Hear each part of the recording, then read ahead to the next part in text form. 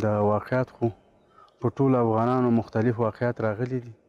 د هغوی د جملې نه د کشتوز ولسونه هم دردمند دي او دا یو نه هېرېدونکې واقعه وه.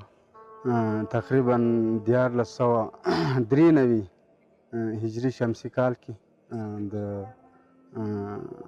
دغه اسد میاشتې 15مه باندې سهار د مانځه ټایم دی. په دې وخت کې ځینې هلکان وده دي، ځینې پاڅېدلي دي. په دې ټایم کې بمبار شوی دی. په دغه بمبار کې تقریبا د شپې د خوا نه 15-14 کسان شهیدان شوي دي، څه زخمیان دي.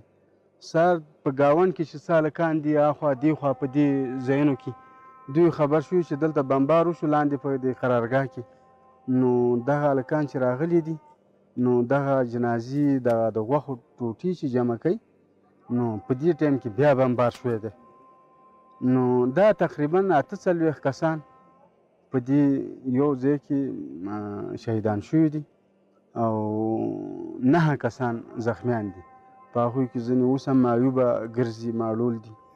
او دغه یو واقعه زموږ په کلي کې دا واقعه راله وشوه.